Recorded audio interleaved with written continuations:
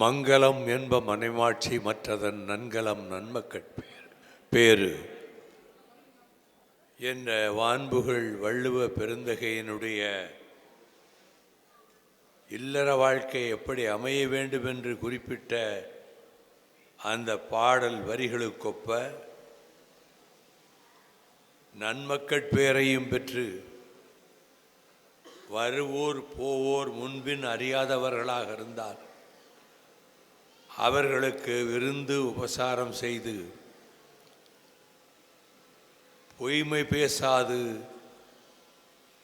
தவறான பழக்க வழக்கங்களுக்கு தாங்களும் ஆளாகாமல் தங்கள் வருங்காலத்தில் தங்கள் பிள்ளைகளுக்கும் அந்த கட்டுப்பாட்டை போதித்து 100 ஆண்டுகளுக்கு மேலே இன்பகரமான ஒரு இல்லற வாழ்க்கையை நடத்த இருக்கின்ற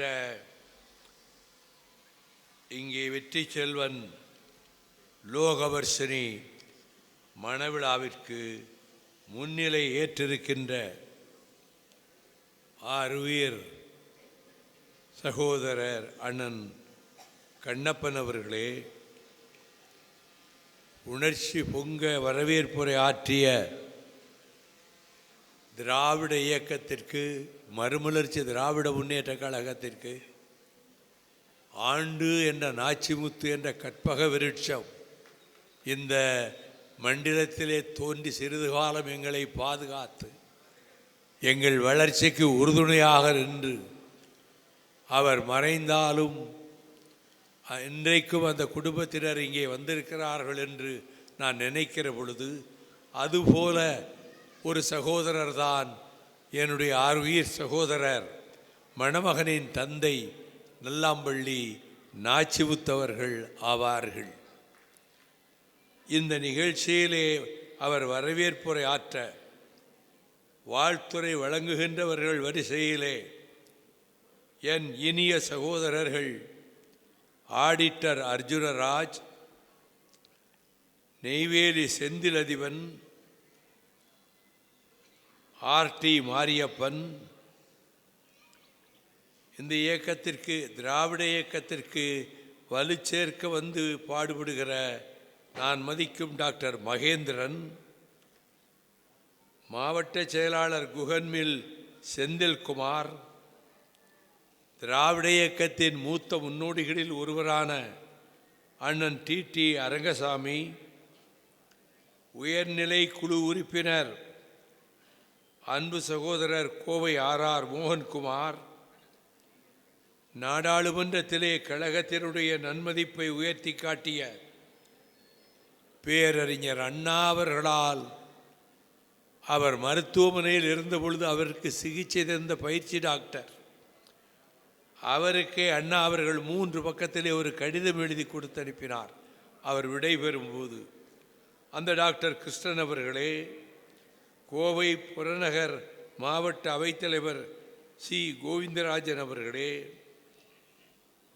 நல்லாம்பள்ளி நாச்சிமுத்து விருந்தோம்பலுக்கு முதலிடம் தருபவர் என்பதை இயக்கம் தோன்றிய காலத்தில் 2300 தொண்டர்களுக்கு, சீருடை அணிந்த தொண்டர்களுக்கு தன்னுடைய தென்னந்தோப்பிலே 1 வார காலம் பயிற்சி எடுப்பதற்கும் அவர்களுக்கு விருந்து உணவு வழங்குவதற்கும் முன்வந்த காரணத்தால் அந்த எழுச்சி பேரணியில் 1994 ஏப்ரல் 16 தலைநகர் சென்னையில் நடைபெற்ற எழுச்சி பேரணியில் தொண்டர் அணியினர் மாத்திரம் அந்த ஊர்வலத்திலே நடந்து சென்ற நேரம் அந்த ஒரு குறிப்பிட்ட இடத்தில் அது மட்டுமே 1 மணி நேரம் ஆயிற்று.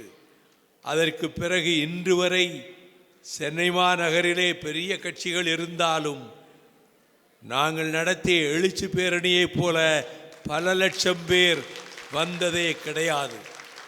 அப்படிப்பட்ட உணர்ச்சி பொங்கிய காலத்தில் இந்த கொங்கு மண்டலம்தான் எனக்கு ஜிப்ரால்டர் கோட்டை என்று நான் மேடைகளிலே சொல்லுகிற அளவுக்கு அன்பும் பண்பும் பரிவும் பாசமும் விருந்தோம்பும் உயர் குணமும் எதற்கும் அஞ்சாத வீரமும் கொண்ட இந்த கொங்கு நாட்டு மக்களை நான் மிக மிக நேசிக்கிறவனாகும்.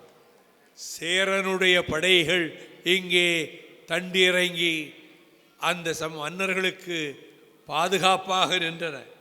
அதைப்போல அந்த நிகழ்ச்சியிலே கலந்து கொண்ட இங்கே கோவை புறநகர் மாவட்ட அவைத் தலைவர் கோவிந்தராஜன், அந்த தொண்டர் படையை இயக்குகின்ற இயக்குனர் வடசென்னை மாவட்ட செயலாளரும் என் உயிருக்கு உயிரான ஜீவன் அவர்களே, கோவை மாநகர் மாவட்ட செயலாளர் கணபதி செல்வராஜ் அவர்களே, அதை போலவே மாவட்ட செயலாளர்கள் BN ராஜேந்திரன் அவர்களே, திருப்பூர் நாகராஜ் அவர்களே,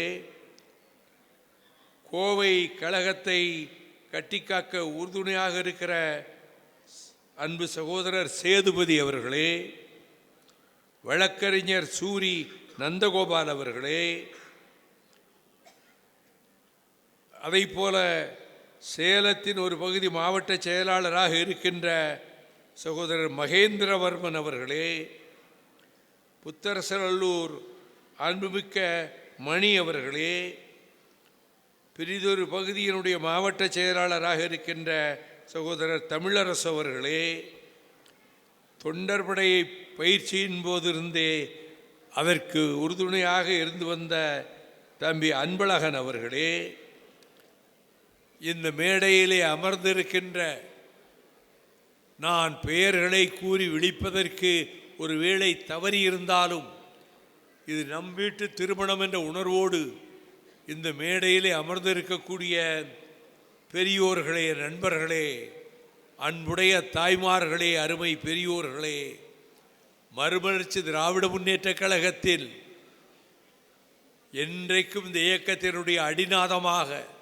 அடித்தளமாக கூற்றுடன்று மேல் வரினும் கூடி எதிர்க்கும் ஆற்றல் அதுவே படை என்ற வாய்மை படைக்கு இலக்கணமாக திகழ்கிற மறுமலர்ச்சி திராவிட முன்னேற்ற கழகத்தினுடைய தொண்டரணி தம்பிமார்களே, மகளிரணி சகோதரிகளே, பத்திரிகை துறையை சார்ந்த அவனுடைய ஜனநாயகத்தை காக்கின்ற விழிகளாகவும் செவிகளாகவும் திகழ்கின்ற செய்தியாளர்களே, ஊடகவியலாளர்களே, கழுத்தில் மல்லிகை மணக்கின்ற மாலைகளோடும் நெஞ்சில் எதிர்காலத்தை பற்றிய இனிய கனவுகளோடும் இந்த மேடையிலே மகிழ்ச்சியோடு அமர்ந்திருக்கின்ற புதுமண மக்களே, வணக்கம்.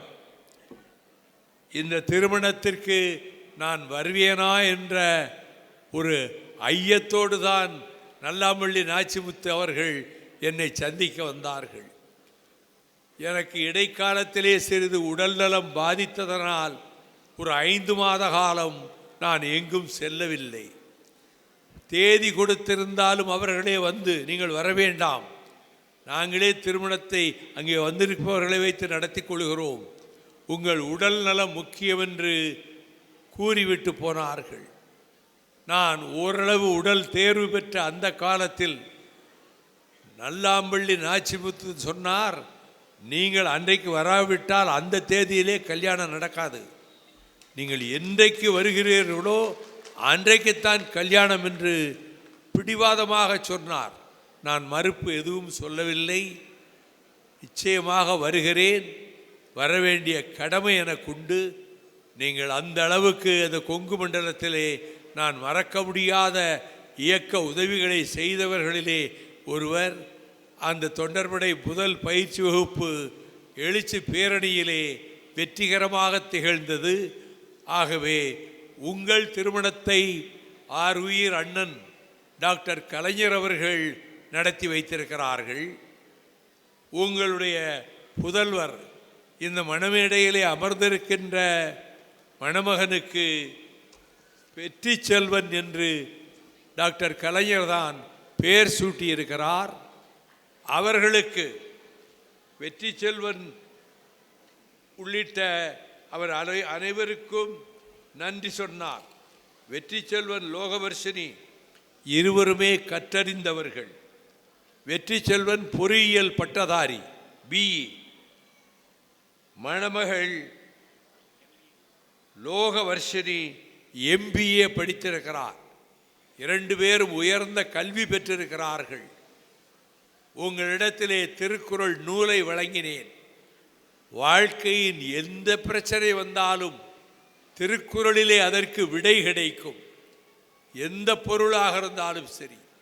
உலகில் இதற்கு நிகரான ஒரு நூல் எந்த மதத்திலும் எழுதப்பட்டதில்லை என்று நோபல் பரிசு வாங்கிய ஆல்பர்ட் ஸ்வீட்சர், அவர் ஆப்பிரிக்க தொழுநோயாளிகளுக்கு சிகிச்சை செய்து கொண்டிருந்தவர், தத்துவ நூல்கள் அனைத்தையும் கரை புரண்டு ஓடுகின்ற வெள்ளத்துக்கிடையாக நெஞ்சிலே ஓடவிட்டவர். அவர் சொன்னார், உலகிலே பல சமயங்கள் இருக்கின்றன, ஏன் புத்த மதமே இருக்கிறது, ஆனால் அந்த பௌத்த மதத்திலே கூட இல்லாத இந்த உலகுக்கும் உலகு வாழ் மக்களுக்கும் தேவையான மணிமணியான கருத்துக்களை தருகிற புத்தகம்தான் திருவள்ளுவர் எழுதிய திருக்குறள் என்று ஸ்வீட்சர் அவர்கள் சொன்னார்கள். அதை நான் ஏன் உங்களுக்கு கொடுத்தேன் தெரியுமா? ஏதாவது மனச்சங்கடம் வருகிற பொழுது கிறிஸ்தவ மக்கள் பைபிளை புரட்டுவார்கள். அதிலே புதிய ஏற்பாட்டையும் படிப்பார்கள், பழைய ஏற்பாட்டையும் சில பகுதிகளை வாசிப்பார்கள். இஸ்லாமிய பெரியோர்கள் திருக்குரானை கையில் எடுத்து அவர்கள் அதை படிப்பார்கள். சீக்கியர்கள் குருநானக் எழுதிய வாசகங்களை, அந்த மந்திரங்களை படிப்பார்கள். பௌத்தர்கள் கௌதம புத்தர் தந்த கருத்துக்களை படிப்பார்கள். சமணர்கள் மகாவீரர் தந்த கருத்துக்களை படிப்பார்கள். ஆகவே எப்படி ஒவ்வொரு சமய நோக்குடையவர்களும் அவர்கள் எந்த சமயத்தில் இருக்கிறார்களோ அதனுடைய நூல்களை படிப்பார்கள். பகுத்தறிவாளர்கள், இறை நம்பிக்கை இல்லாதவர்கள் மனச்சாட்சியையே தன்னுடைய பாதுகாவலனாக நினைத்து அவர்கள் உலகுக்கு வழிகாட்டக்கூடியவர்களாக தங்கள் கருத்துக்களை சொல்லிக் கொண்டிருப்பார்கள். ஆனால் இத்தனை நூல்களிலும் நான் மற்ற நூல்களை குறைத்து சொல்லவில்லை. அந்தந்த நூல்கள் அவர்களுக்கு உன்னதமான பெருமையை தரக்கூடியது தான். ஆனால் உலகத்துக்கே ஒரு நூல் என்று சொன்னால், அனைத்து மதங்களை சார்ந்தவர்களுக்கும் ஒரு நூல் என்று சொன்னால், அதனது மூதாதையாகிய திருவள்ளுவர் தந்த திருக்குறள் தானே தவிர வேறு எந்த நூலும் இல்லை. அந்த திருக்குறளை உங்களிடம் தந்ததற்கு காரணம், நீங்கள் படித்தவர்கள். 2 பேர் பட்டதாரிகளாக இருந்தால் திருமணம் சீரும் சிறப்புமாக இந்த மண்டபத்திலே நடப்பதை போல அருமையாக நடந்தால், ஒலிபெருக்கியை பிடிக்கிறவர்கள் இப்பொழுதுக்குள் நம்மை விடமாட்டார்கள் என்று ஒலிபெருக்கிக்கு வாழ்த்துறையாளர்கள் வருகிற போதே பந்திக்கு செல்லுகிற கூட்டங்களைத்தான் நான் சில இடங்களிலே பார்த்திருக்கிறேன். ஆனால் யாரும் இங்கே அசையவில்லை. பந்தி எங்கே போய்விடும், அங்கு உணவு இருக்கும் என்று அதை அமைதியாக கேட்கக்கூடிய அளவுக்கு பக்குவம் பெற்ற மக்கள் நிறைந்திருக்கக்கூடிய இந்த மண்டபத்தில் திருக்குறள் வழி என்று நான் சொல்வதற்கு காரணம், விவாகரத்துக்கள் அதிகமாக நடைபெறுகிற காலம் இந்த காலமாக இருக்கிறது. அதிலும் படித்து பட்டம் பெற்றவர்கள் கணவன் மனைவி என்றால் சிறு விஷயத்திற்கு கூட மனஸ்தாபப்பட்டு கொண்டு அவர்களின் பெற்றோர் அவர்களை சமாதானப்படுத்தி அவர்களை ஒன்று சேர்த்து வைப்பதை விட நீதிமன்றத்துக்கு போய் தாக்கீது கொடுக்கக்கூடிய நிலையும், எனக்கு தெரிய அதிகமான விவாகரத்துக்கள் கடந்த 5 ஆண்டு காலத்திலே தமிழ்நாட்டில் நடைபெற்றிருக்கின்றன. அது என்ன வாழ்க்கை? அந்த வாழ்க்கையிலே என்ன மகிழ்ச்சி இருக்க முடியும்?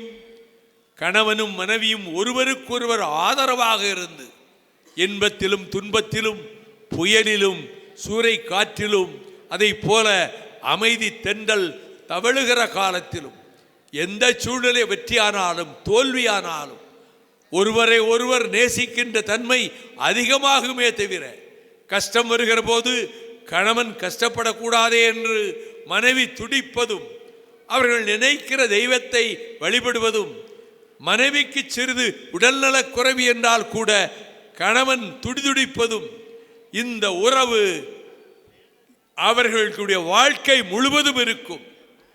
ஏதாவது ஒரு கட்டத்திலே ஒரு விபத்து அல்லது நோய் ஏற்பட்டு இருவரில் ஒருவர் இந்த உலகை விட்டு பிரிய நேரிடுகிற பொழுது அந்த அடுத்தவருக்கு வாழ்க்கை வெறுமையாகிவிடும். நான் துக்க வீடுகளுக்கு செல்லுகிற பொழுது அதைத்தான் பார்க்கிறேன். அந்த துக்கத்தை கொண்டாடி முடித்துவிட்டு அவர்கள் உறவினர்கள் போய்விடுவார்கள். ஆனால் கணவனும் மனைவியும் அவர்களில் ஒருவரை ஒருவர் பிரியவே முடியாது. அப்படி வாழ்கிற வாழ்க்கையில் அந்த பிள்ளைகளுக்கு நல்ல கருத்துக்களை எடுத்து சொல்லி விளையாட்டு வீரர்கள் வீராங்கனைகளாக்கி தவறான கெட்ட பழக்க வழக்கங்கள், இன்றைக்கு போதை பொருள்கள் கல்லூரி வாசலுக்கு பக்கத்தில் மட்டுமல்ல, பள்ளிக்கூட வாசலுக்கு பக்கத்திலேயே இன்றைக்கு ட்ரக்ஸ் போதை பொருள் வந்து விட்டது. அது உடல் நலத்தை கெடுக்கும், உயிரை பறிக்கும், சமூகத்திலே அவமானத்தை ஏற்படுத்தும், சொந்த பந்தங்களுக்கு மத்தியிலே வெறுப்பை ஏற்படுத்தும், உடல் நலமும் அடியோடு பாழாகிவிடும். ஆக அந்த போதை பொருள் நடமாட்ட பொருள் அதிகமாகிறது. மதுவின் கொடுமையினாலே எண்ணற்ற குடும்பத்து தாய்மார்கள் கண்ணீர் விட்டு கதறுகிறார்கள். நான் மது கொடுமையை எதிர்த்து 7000 கிலோமீட்டர் நடந்திருக்கிறேன். என்னுடைய நடைபயணம் என்றால் நகரத்துக்குள்ளே போகிற போது ஒரு நல்ல வாகனத்திலே போய்விட்டு நகரத்தை விட்டு கடந்தவுடன் அந்த வாகனத்தில் ஏறி உட்கார்ந்து கொண்டு நகரிலே வருகிற போது மட்டும் நடந்து கொண்டு நடக்கின்ற நடைபயணம் அல்ல. நான் கன்னியாகுமரியிலே புறப்பட்டேன். சென்னையிலே அந்த நிகழ்ச்சி நடத்தி முடிக்கிற வரையிலும் எந்த இடத்திலும் நான் காரில் ஏறி சென்றதில்லை. அப்பொழுது அண்ணன் கண்ணப்பன் அவர்கள் அவருடைய மருமகனுடைய வீட்டிலே பெரிய கொட்டகையும் வீடும் கட்டி நாங்கள் தங்குவதற்கு நான் தங்குவதற்கு ஒரு அறையையும் அமைத்து கொடுத்து 10,000 பேருக்கு நல் விருந்தையும் தந்தார்கள். அதே போல ஒவ்வொரு ஊரிலும் கட்சியில் இல்லாதவர்கள் கூட நிதி கொடுத்து நாங்கள் பல்லாயிரக்கணக்கிலே வருகிற வழியெல்லாம் எங்களுக்கு உணவும் வழங்கி நாங்கள் அந்த பயணத்தை முடிக்க நேர்ந்தது. அடுத்த நடைபயணம் 1200 கிலோமீட்டர் இதே பொள்ளாச்சியில் புறப்பட்டு ஈரோட்டிலே போய் அதை முதல் கட்ட பயணமாக முடித்தேன். இரண்டாம் கட்ட பயணமாக முதல் கட்ட பயணம் கடற்கரை ஓரம், திருச்செந்தூர் கடற்கரை ஓரம் உவரி நகரிலே மீனவர் சமுதாயம் வாழ்கிற அந்த ஊரிலிருந்து புறப்பட்டு வரிசையாக வேறு பகுதியிலே இருக்கக்கூடிய மாவட்டங்களை சுற்றி கொண்டு 42வது நாள் நான் சென்னை போய் சேர்ந்தேன். ஒரு நாள் கூட நான் ஓய்வெடுத்ததில்லை, நிழல் தேடியதில்லை. சோர்வு வந்தால் அந்த சாலை ஓரத்திலே இருக்கக்கூடிய பாலத்தின் மீது ஒரு துண்டை விரித்து படுத்து விடுவேன். நான் தனியாக ஒரு கட்டில் மெத்தை போட்டு கொண்டு வந்து படுக்கவில்லை. சிறையில் எப்படி இருந்தேனோ 27 முறை ஜெயிலுக்கு போயிருக்கிறேன். 5 வருடங்கள் மொத்தத்தில் நான் சிறையில் இருந்திருக்கிறேன். இதில் யாருக்கு ரொம்ப பாதிப்பு என்று சொன்னால் நான் மாலை சூட்டிய என் மனைவிக்குத்தான் அதிக கஷ்டம். ஏனென்றால் சொல்லாமல் கொள்ளாமல் ஈழத்துக்கே போறேன் கள்ளத்தோணியிலே.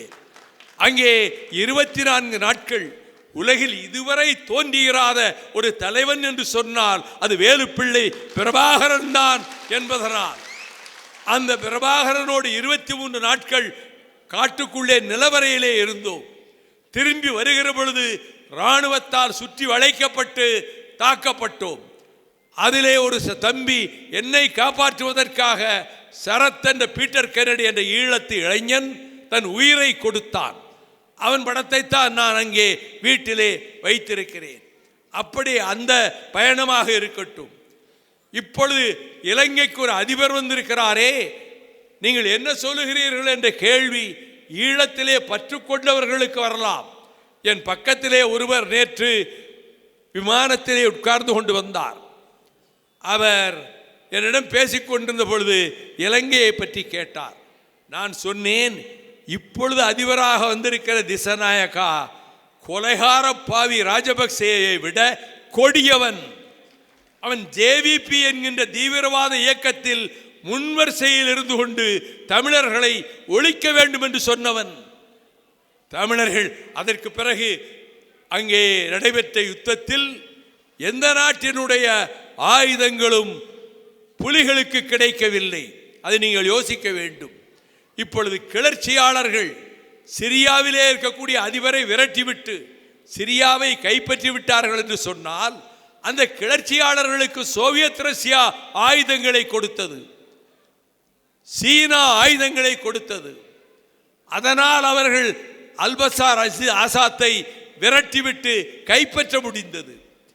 விடுதலை போராட்டத்தில் வெற்றி பெற்ற படைகளுக்கெல்லாம் வெளிநாடுகளிலே இருந்து ஆயுத உதவி வந்தது. ஆனால் தலைவர் பிரபாகரனுடைய புலிப்படைக்கு யாரும் ஆயுதம் கொடுக்கவில்லை. எந்த நாட்டில் இருந்தும் அவர்களே தயாரித்தார்கள், அவர்களே கப்பல் கட்டினார்கள், அவர்களே விமானத்தை கட்டினார்கள். அந்த போரிலே வேறு நாடுகளினுடைய உதவி 7 அணு ஆயுத வல்லரசுகள் ஒன்று சேர்ந்து அவர்களை அழிக்க முனைந்த போது 7 வல்லரசுகளினுடைய தாக்குதலையும் ஈடு கொடுத்து ஈராண்டு காலம் யுத்தத்தை நடத்தியவர் பிரபாகரன். அப்படி ஒரு நாடு அமைந்திருந்தால் உலகில் இஸ்ரேலை விட சிறந்த நாடாக அந்த தமிழீழம் அமைந்திருக்கும். தமிழர்கள் கொடுத்து வைக்காதவர்கள். தமிழரிடத்திலே வீரம் உண்டு, நெஞ்சிலே ஈரம் உண்டு. அதே நேரத்தில் அதிக உணர்ச்சி வசப்பட்டு ஆத்திரப்படக்கூடியவர்கள் என்பதால் ஒன்றாகவே இருக்க முடிவதில்லை. தனித்தனி கூறுகளாகி விடுவார்கள்.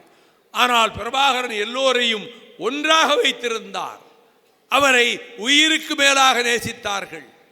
அவருடைய மகன் பாலச்சந்திரனுடைய மார்பிலே 5 குண்டுகள் பாய்ந்திருந்தன. அந்த ஒரு பெரிய சாதனையை நடத்தக்கூடிய அப்படிப்பட்ட மாவீரர் திலகம் அவர்களுக்கு இன்றைக்கு அதைத்தான் நான் சொல்லுகிறேன். வெளிநாடு உதவி இல்லாமல் எந்த விடுதலை படையும் உலகிலே புரட்சியிலே வெற்றி பெற்றதில்லை. நம் தமிழர்களுக்கு எந்த உதவியும் கிடையாது, கெடுதல் தான் உண்டு. அப்படி இருந்தும் இந்த கட்டத்திலே தமிழர்கள் ஏமாந்து ஆங்காங்கு சிறு சிறு பிரிவுகளாகி வாக்கெடுப்பிலே இந்த கொடியவன் திசநாயகவுக்கு அவர்கள் ஓட்டு போட்டு விட்டார்கள், அவருடைய அணிகளுக்கு.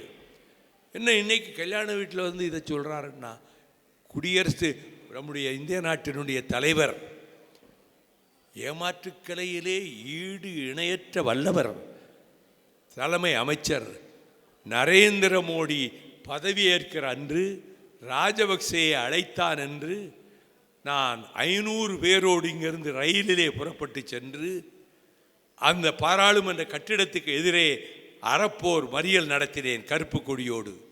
அவர்கள் ராஜபக்சே அங்கே வருகிறார், நாங்கள் கருப்பு கொடி பிடித்து கொண்டு இங்கே போராட்டம் நடத்துகிறோம், எங்களை உடையிலே சிறையிலே கொண்டு போய் அடைத்தார்கள். கோர்ட் அந்த ஜெயில் அந்த போலீஸ் ஸ்டேஷனுக்கு பக்கத்திலே இருக்கக்கூடிய ஜெயிலில் அதில் தான் பகத்சிங்கை அடைத்து வைத்திருந்தார்கள் என்று சொன்னார்கள். நான் சூப்பர்டென்டத்திலே சாவியை வாங்கி கொண்டு வர சொல்லி பகத்சிங்கினுடைய அந்த அறையை பார்க்க வேண்டும் என்று திறந்து உள்ளே போனேன். ஒரே அறைதான், அதற்கு உள்ளேயே இருந்தார், அமைதியாக இருந்தார் என்று சொன்னார்கள். அந்த பகத்சிங் பிறந்த ஊருக்கு என்னை அழைத்து சென்றவர் அண்ணன் கண்ணப்பன் அவர்கள். அவர்கள் அமைச்சராக இருந்தபோது பஞ்சாப் முதலமைச்சர் பிரகாஷ் சிங் பாதல் அவர்கள் அழைப்பில் இன்றைக்கு மாவீரர்களுக்கு நினைவு நாள் பகத்சிங் சுகதேவ் போன்ற அந்த வீரர்களுக்கும் இதுவரை போரிலே படிந்தவர்களுக்கும் சுதந்திர போராட்டத்திலே படிந்தவர்களுக்கும் நாங்கள் விழா கொண்டாடுகிறோம் என்று சொல்லி அங்கே பல்லாயிரக்கணக்கான சீக்கியர்கள் இருந்தார்கள். சுகதேவ் ராஜகுரு பகத்சிங் அடக்கம் செய்யப்பட்ட இடத்தில் அப்பொழுது நான் சற்றும் எதிர்பாராத விதமாக முதலமைச்சர் சர் பிரகாஷ் சிங் பாதல் ஒலிபெருக்கைக்கு முன்னாலே வந்து என்னோடு வந்திருக்கின்றவர்கள் ஒருவர் அமைச்சர், ஒருவர் நாடாளுமன்ற உறுப்பினர். அந்த நாடாளுமன்ற உறுப்பினர் நம் சீக்கிய மக்கள் மீது மிகுந்த அன்பு கொண்டவர். அவர் அங்கிருந்து வந்திருக்கிறார், அவரை இப்பொழுது பேச அழைக்கிறேன் ஆங்கிலத்திலே என்று சொன்னார். நான் எதிர்பார்க்கவில்லை. நான் பேச போகும்போதுதான் நல்ல வேளை எடுத்துக்கொண்டு வந்தேன் என்று. கட்கர் கலான் என்பது பகத்சிங் பிறந்த ஊர். அந்த ஊர் மண்ணிலே நாங்கள் நின்ற பொழுது ஒரு கைப்பிடி மண்ணை எடுத்து அது ஒரு தாளிலே சுற்றி என்னுடைய சட்டை பையிலே வைத்து கொண்டேன். என்னை பேச அழைத்தவுடன் நான் ஒலிபெருக்கிக்கு முன்னாலே சென்று அந்த மண்ணை காட்டி, உலகிலேயே வீரம் செறிந்த மண்களில் இந்த கட்கர்களான் மண்ணும் ஒன்று, இது பகத்சிங் ஊரினுடைய மண், இதை வைத்து கொண்டுதான் இங்கே பேசுகிறேன் என்று அங்கே பேசினேன். தமிழர்கள் மகிழ்ச்சியாக இருக்க வேண்டும் என்று நாம் விரும்பினாலும் உலகிலே தமிழர்கள்தான் பூர்வ குடிகள். உலகத்தின் முதல் குடிகள், பூர்வ குடிகள் தமிழர்கள்தான். அவர்களிடம்தான் நாகரீகம் வந்தது. உடை உடுத்தும் நாகரீகம், அறுசுவை உணவு சமைத்து பரிமாறி அருந்துகின்ற நாகரீகம், கல்வி அறிவை பெறுகின்ற நாகரீகம், அண்டி வந்தோரை தஞ்சமன வந்தோரை தாயன தாங்கி பிடிக்கின்ற உயர் வழக்கம், இவையெல்லாம் கொண்டவர்கள்தான் தமிழர்கள். இந்த சூது மது கூடாது என்று வள்ளுவர் சொல்லுகிறார் திருக்குறளிலே. உங்கள் பிள்ளைகள் கெட்டுப்போகக்கூடாது. நான் நடந்து வரும்போது இந்த பாதைகளிலே பகல் 1 மணி வெயிலில் ஆயிரக்கணக்கான தாய்மார்கள், காடுகளிலே வேலை செய்கிற தாய்மார்கள், அவர்கள் அந்த வெயிலை பொருட்படுத்தாமல் காலில் செருப்பு இல்லாமல் கால்கடுக்கு காத்திருந்தார்கள். என்னை பார்க்க நான் வருத்தப்பட்டேன். ஏறம்மா காலில் செருப்பு இல்லாமல் இந்த வெயிலில் வந்து நிற்கிறீங்கன்னு. எங்கள் பிள்ளைகள் கெட்டு போகும் போல இருக்கு. எங்கள் பெண்களுக்கு பாதுகாப்பில்லை. அவர்களை வீட்டிலே தனியாக விட்டுவிட்டு போவதற்கும் பயமாக இருக்கிறது. இது எல்லாவற்றுக்கும் இந்த டாஸ்மாக்கும் இந்த ஒயின் கடைகளும் தான். அதை அகற்றுவதற்கு நீங்கள் வெயிலில் நடந்து வருகிறீர்கள் என்று கேள்விப்பட்டோம். நாங்கள் எந்த கட்சியும் இல்லை, உங்களை பார்க்க வேண்டும் என்பதற்காக இந்த வெயிலிலே வந்து காத்திருக்கிறோம். எப்படியாவது மதுக்கடைகளை தமிழ்நாட்டிலிருந்து அகற்றுவதற்கு நீங்கள் முயல வேண்டும் என்றார்கள். இங்கிருந்து பொள்ளாச்சியிலிருந்து ஈரோட்டிலே முடித்து கொண்டேன். உவரியிலிருந்து மதுரை வரை நடந்து வந்தேன் ஆயிரக்கணக்கான தோழர்களோடு. மகாபலிபுரத்துக்கு பக்கத்தில் அங்கே இருக்கிற கோவளத்திலிருந்து மறைமலை அடிகள் நகர் வரையிலே ஆயிரக்கணக்கான இளைஞர்களோடு நான் நடந்து வந்தேன்.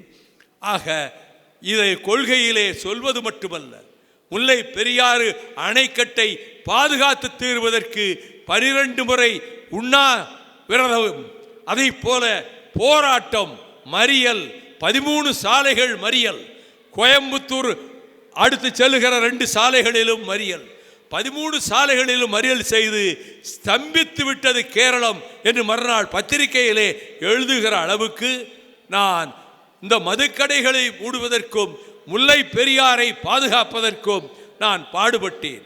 அதை போலவே தான் ஸ்டெர்லைட் விவகாரம், அது தூத்துக்குடி நகரையும் சுற்று கிராமங்களையும் அழித்துவிடும். உலக கோடீஸ்வரன் அவன். அந்த வேதாந்தா குழுமத்தினுடைய தலைவர் அனில் அகர்வால் அதை ஆயிரக்கணக்கான கோடிகளை அள்ளிவிடுகிறவன். அவன் இதுவரை பல்லாயிரக்கணக்கான கோடி லாபத்தை ஸ்டெர்லைட்டிலே பார்த்து விட்டான். அதை எதிர்த்து கிட்டத்தட்ட 18 ஆண்டுகள் போராடி இருக்கிறேன். உண்ணாவிரதங்கள், மறியல், பின்னர் கோர்ட்டிலே போய் ஹைகோர்ட்டிலும் வாதாடினேன், சுப்ரீம் கோர்ட்டிலும் 2.5 மணி நேரம் வாதாடினேன். கடைசியிலே நல்ல தீர்ப்பை அந்த நீதிபதிகள் சென்னையிலே திரும்ப கொடுத்தார்கள். ஸ்டெர்லைட்டை மூட வேண்டியதுதான், அதை திறக்க வேண்டியதில்லை என்று. ஆக நாட்டை காக்க, பொதுமக்களை காக்க, மதிமுக காரரை மட்டுமல்ல பொதுமக்களை காக்க அந்த ஸ்டெர்லைட் வரவிடாமல் தடுத்தோம். அதை போல மீத்தேன் எரிவாயு எடுப்பது அந்த சோழ மண்டலமே இடிந்து போகும் என்று சொல்லி அதற்காக போரிட்டு அதற்காக அதை தடுத்து நிறுத்தினோம். நெய்வேலி நிலக்கரி சுரங்கம் தனிப்பட்ட முதலாளிகளுக்கு விற்க வாஜ்பாய் அரசு முடிவெடுத்த போது நான் வாஜ்பாய் அவர்களிடத்திலே கடைசியாக சென்றேன். நீங்கள் இந்த இருக்கக்கூடிய நெய்வேலி நிலக்கரி சுரங்கத்தை தனிப்பட்ட முதலாளிகளுக்கு விற்க முடிவு செய்திருக்கிறீர்கள். வடநாட்டு முதலாளிகள் அதிகம் பேர் வாங்குவார்கள். எங்கள் மண் நெய்வேலி, எங்கள் ரத்தம் அந்த மண்ணிலே கலந்தது. எங்கள் தொழிலாளர்களினுடைய வியர்வை துளிகள் அந்த பூமியை நனைத்தன. அப்படிப்பட்ட சிறப்புக்குரிய அந்த நெய்வேலி நிலக்கரி நிறுத்தை நீங்கள் இப்படி சேர்க்கக்கூடாது என்ற போது, எல்லாம் முடிந்து விட்டதே, கேபினட் கையெழுத்தாகிவிட்டதே, இனி எப்படி நான் நிறுத்த முடியும் என்று கேட்டார். அடல்ஜி, நீங்கள் நினைத்தால் நிறுத்தலாம். தமிழ்நாட்டிலே இன்னும் பல பேர் நினைக்கிறார்கள், வைகோ சாதிப்பான், அவன் எடுத்த காரியத்தை விடமாட்டான் என்ற நம்பிக்கை வைத்திருக்கிறார்கள். அந்த நம்பிக்கையெல்லாம் பாழாய் போகும். என்னை உங்கள் வளர்ப்பு மகன் என்று பீகாரிலே போய் பேசினீர்களே, அடாப்டட் சன் என்று. ஒரு தகப்பன் மகனுக்கு செய்கிற உதவி இதுதானா? மறுமலர்ச்சி திமுக தமிழ்நாட்டுக்கு இவ்வளவு பாதுகாப்புகளை கொடுத்தது என்றால் தானே மக்கள் கவனம் எங்கள் பக்கம் திரும்பும். நான் அரசியலிலே எங்கள் இயக்கம் வளர வேண்டும் என்று நீங்கள் ஆசைப்படுகிறீர்கள் அல்லவா? இதை செய்தால் என்ன என்று கேட்டேன். அப்பொழுதே சொன்னார், Neyveli will not be privatized, அது தனியார் மயம் ஆக்கப்படாது. எடுத்த முடிவை நான் மாற்றுகிறேன், இதை பத்திரிகைகளுக்கு சொல்லலாமா என்றேன். இங்கிருந்தே தொலைபேசியிலே நீங்கள் சொல்ல வேண்டிய பத்திரிகைகளுக்கு சொல்லுங்கள் என்றார். அவரை பக்கத்தில் வைத்துக் கொண்டே இந்து பத்திரிகை ஆசிரியருக்கு தொலைபேசியில் அங்கே இருக்கக்கூடிய நெய்வேலி நிலக்கரி நிறுவனம் தனியார் மயமாகாது, அது தொழிலாளர்களுடைய சொந்த இடமாகத்தான் இருக்கும் என்று பிரதமர் வாக்கு கொடுத்து விட்டார் என்று சொன்னேன். என்னை நம்பி முதல் பக்கத்திலேயே அதை கட்டங்கட்டி இந்து பத்திரிகையிலே போட்டார்கள். இப்பொழுது நீட்ரூனோ தமிழ்நாட்டின் இடுக்கி அணையையும் முல்லைப்பெரியார் அணையையும் உடைத்து நொறுக்கி தேனி மாவட்டத்தை சாம்பலாக்கி விடும் என்றுதான் நீட்ரூனோவை எதிர்த்து நடைபயணம் போனேன். அந்த நடைபயணம் போகிற போது அங்கே சிவகாசி இருந்த ஒரு இளைஞரணி தம்பி 10 லிட்டர் பெட்ரோலை மேற்றே ஊற்றிக்கொண்டு மேடைக்கெதிரே வந்து தீக்குளித்தான். நான் துடிதுடித்து போனேன். அவனை ஆஸ்பத்திரியிலே போய் பார்த்தேன், கண்கள் எரியவில்லை. ஏனப்பா இப்படி செய்தாய்? உன் மனைவி மக்கள் ஏதோ அழுது கொண்டிருக்கிறார்களே, ஏன் இப்படி செய்தாய்? நான் தான் எதிர்த்து போராடி கொண்டிருக்கிறேனே என்று கேட்டேன். அவன் சொன்ன பதில், உங்களை தரக்குறைவாக பதிவுகளிலே ஒரு சிலர் போடுகிறார்கள், நீங்களுடைய தியாகத்தை அவர்கள் இன்னும் புரிந்து கொள்ளவில்லை, இந்த தமிழ்நாட்டு மக்கள் அறிந்து கொள்ளவில்லை. ஆக நான் தீக்குளித்தால், நான் இறந்தால் அது செய்தியாகும். அது எதற்காக என்றால் வைகோவினுடைய போராட்டம் வெற்றி பெற வேண்டும் என்பதற்காக என்று அப்பொழுது அவர்கள் கவனத்துக்கு வரும் என்றார். 1 மாதம் சென்றது. என் மனைவியினுடைய அண்ணன் ராமானுஜம், அவரது புதல்வன் சரவண சுரேஷ், அருமையான வாலிபன், தேர்தல் காலத்திலே எனக்கு மின்னலாய் வந்து உழைக்கக்கூடியவன். அவனை நம்பி எத்தனை லட்சம் பணத்தையும் கொடுத்து வைக்கலாம், அவன் மேடைக்கு வரமாட்டான். அப்படிப்பட்டவன் 10 நாட்கள் வீட்டிலே சரியாக உணவருந்தாமல் வருந்தி கொண்டே இருந்திருக்கிறான். அவன் மனைவி ஆசிரியை அமுதா, ஏன் பொழுதனைக்கு அழுதுகிட்டு இருக்கீங்கன்னு.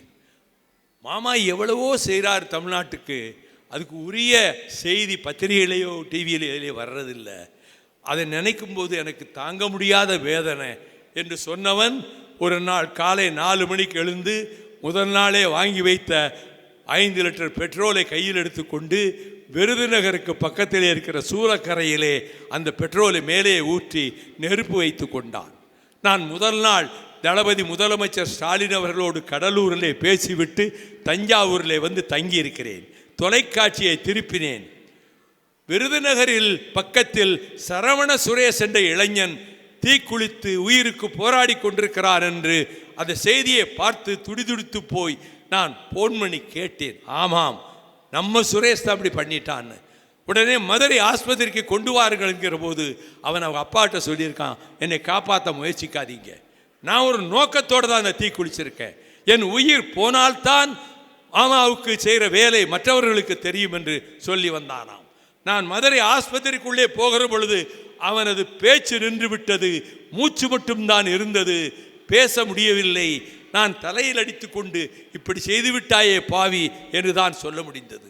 ஆக இப்படி இந்த இயக்கத்துக்காக தியாகம் செய்தவர்களை எங்கள் குடும்பத்தில் என் தம்பி புலிகளை வீட்டில் வைத்து சோறு போட்டான் 1 வருஷம் என்று. 1 வருடம் அவன் சிறையிலே அடைபட்டு கிடந்தான். என் தாயார் பாலச்சந்திரனை இப்படி கொன்று விட்டார்கள் என்று சொல்லி எங்கள் ஊரில் உள்ள 1000 பெண்களை திரட்டி உண்ணாவிரதம் இருந்தார். அதற்கு பிறகு 2வது முறை மதுக்கடையை எதிர்த்து அவர் உண்ணாவிரதம் இருந்ததனால் அவருக்கு உடல் நலம் முழுவதுமாக கெட்டது. சர்க்கரை சத்து, இரத்த அழுத்த நோய் இருந்தது. நாங்கள் சென்னை அப்பல்லோவுக்கு கொண்டு போனோம். அவர்கள் சொன்னார்கள், இனி ஒரு தடவை உங்கள் தாயார் உண்ணாவிரதம் இருந்தால் உயிர் நிற்காது, இப்பொழுது நாங்கள் காப்பாற்றி விட்டோம் என்று சொன்னார். ஆனாலும் அதற்கு பிறகு எனக்கு தெரியாமல் ஒரு உண்ணாவிரத போராட்டத்துக்கு போனார். அவருக்கு உடல்நலம் கெட்டது. நான் பஞ்சாபிலே முதலமைச்சரை பார்த்துவிட்டு டெல்லி திரும்புவதற்குள் என் தாயின் உயிர் போய்விட்டது.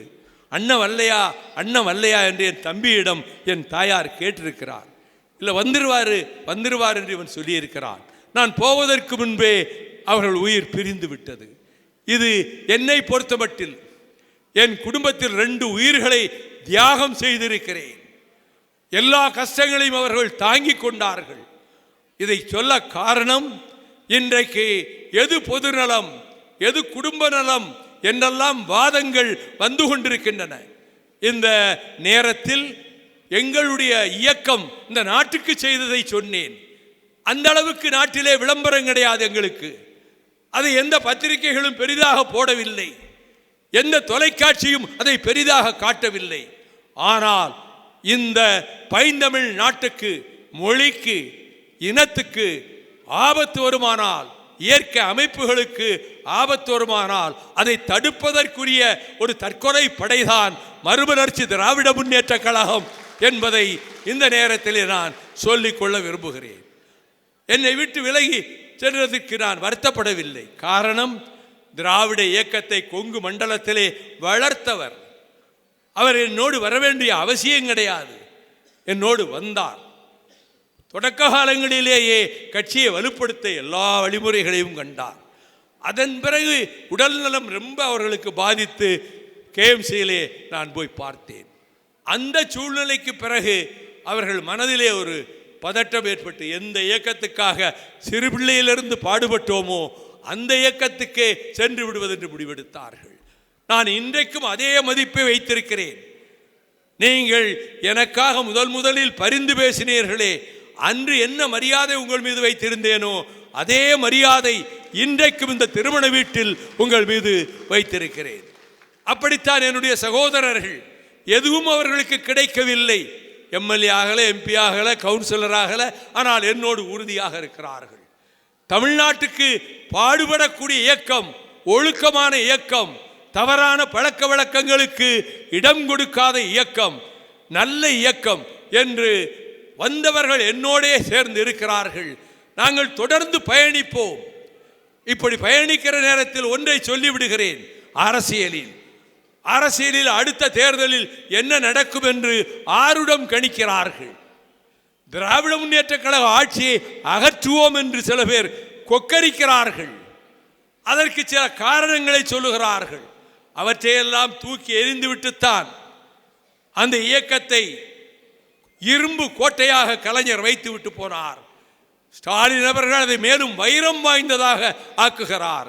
தாய்மார்களுக்கு இலவச பயணம், பிள்ளைகளுக்கு இலவச உணவு 2 நேரம், எத்தனையோ திட்டங்களை கொண்டு வந்து ஜாதி மதம் என்ற பேதத்துக்கு இடம் கொடுக்காமல் தளபதி ஸ்டாலின் அமைச்சரவையை நடத்தி கொண்டிருக்கிறார்.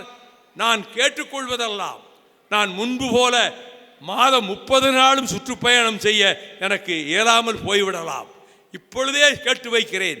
நல்ல நேரத்தில், நல்ல இடத்தில், ஒரு நல்லான்பள்ளி நாச்சிமுத்துவனுடைய வீட்டு திருமணத்தில் இதை சொல்கிறேன். நீங்கள் இதற்கு முன் என்ன முடிவெடுத்திருப்பீர்களோ, நீங்கள் இந்த தமிழ்நாட்டுக்கு இப்பொழுது பொற்காலத்தை உருவாக்க பாடுபடுகிற திராவிட இயக்கத்துக்கு, திராவிட முன்னேற்ற கழகத்தினுடைய அந்த அணிக்கு உங்கள் பொன்னான ஆதரவை தர வேண்டும் என்று கேட்டுக்கொள்கிறேன். எந்த காலத்திலும் எந்த கல்யாண மேடையிலும் இப்படி நான் கேட்டதே கிடையாது. ஓட்டு போடுங்கள் என்று கேட்டதே கிடையாது. இன்றைக்கு தமிழக அரசியல் சூழ்நிலையின் கொந்தளிப்பை கருதி சொல்கிறேன். நாங்கள் உறுதியாக நிற்போம். நாங்கள் என்ன சொல்லி திமுகவோடு கூட்டணி வைத்தோம்? நமக்கு ஒரு பலம் இருக்கிறது, பெரிய பலம் இல்லாவிட்டாலும் ஒரு சிறிய பலம் இருக்கிறது. உறுதியான தோழர்கள் இருக்கிறோம். நாம் திராவிட முன்னேற்ற கழகத்துக்கு கைகோர்த்து நமக்கு இருக்கிற இந்த வலிமையையும் அவர்களுக்கே தந்து விடுவோம். வீணாக கூடாது அந்த வலிமை. தமிழ்நாட்டுக்கு நல்லது செய்ய வேண்டுமானால் அதுதான் முடிவு என்று 60 ஆண்டுகள் என் அரசியல் வாழ்வு கழிந்திருக்கிறது. 18 வயதிலே நான் திராவிட முன்னேற்ற கழகத்தில் சேர்ந்தேன். அண்ணாவின் முன்னால் 20வது வயதிலே அறிமுகமானேன். அங்கே 30 வருடம் திமுகவுக்காக உழைத்திருக்கிறேன். தாக்கப்பட்டார். கண்ணப்பனுடைய திரையரங்கம் தீயிடப்பட்டது. பெரும் பதட்டம் நிலவுகிறது என்று சொன்னபோது தொண்டர் படையோடு கோவைக்கே நான் ஓடி வந்தேன். யாருக்கு நம்ம திமுகவில் யாருக்கு ஒரு ஆபத்தென்றாலும் அதை தடுப்பதற்காக முதல் ஆளாக வந்தவன் வைகோ என்பதை கலைஞரும் அறிவார், மற்றவர்களும் அறிவார். ஆகவே நம்முடைய வலிமையும் அவர்களுக்கு தர வேண்டும் என்று சொல்லி இந்த சேரத்தில் உங்களிலே பலர் பொதுக்கூட்டங்களுக்கு நீங்கள் வரமாட்டீர்கள். எங்கள் செய்திகள் தொலைக்காட்சியில் அதிகமாக வராது. எங்கள் சங்கொலியை தவிர மற்ற பத்திரிகைகளிலே பெரிதாக போட மாட்டார்கள். இப்படி கல்யாண வீட்டிலே இவ்வளவு பேர் நிறைந்திருக்கிற போது இவ்வளவு நேரம் பேசினாரே, அதனுடைய உட்பொருளை நாம் யோசிக்க வேண்டும் என்பதற்காகத்தான். என்னுடைய ஏறத்தாழ 27 முறை சிறை, 5 ஆண்டுகள் சிறை. என் மனைவி எவ்வளவு துன்பப்பட்டிருப்பாள், அதை பற்றி கவலைப்படவில்லை. என் பிள்ளைகளை நான் சரியாக பார்த்தது கிடையாது. இப்படி ஒரு வாழ்க்கை தான் எனக்கு அமைந்தது. ஆனால் நாங்கள் மகிழ்ச்சியோடு இருக்கிறோம். பிறந்த பயனை நாட்டுக்காக, மொழிக்காக, இந்த தமிழ் இனத்துக்காக நாம் செலவழிக்க வேண்டும் என்ற உறுதியோடு இருக்கிறேன். இந்த நல்லாம்பள்ளி நாச்சிமுத்து விட்டு கல்யாணத்துக்கு பிறகு ஒரு திசை திருப்பம் இருக்கிறது. நானே என்ன பேசுவதென்று யோசிக்காமல் உட்கார்ந்திருந்தேன்.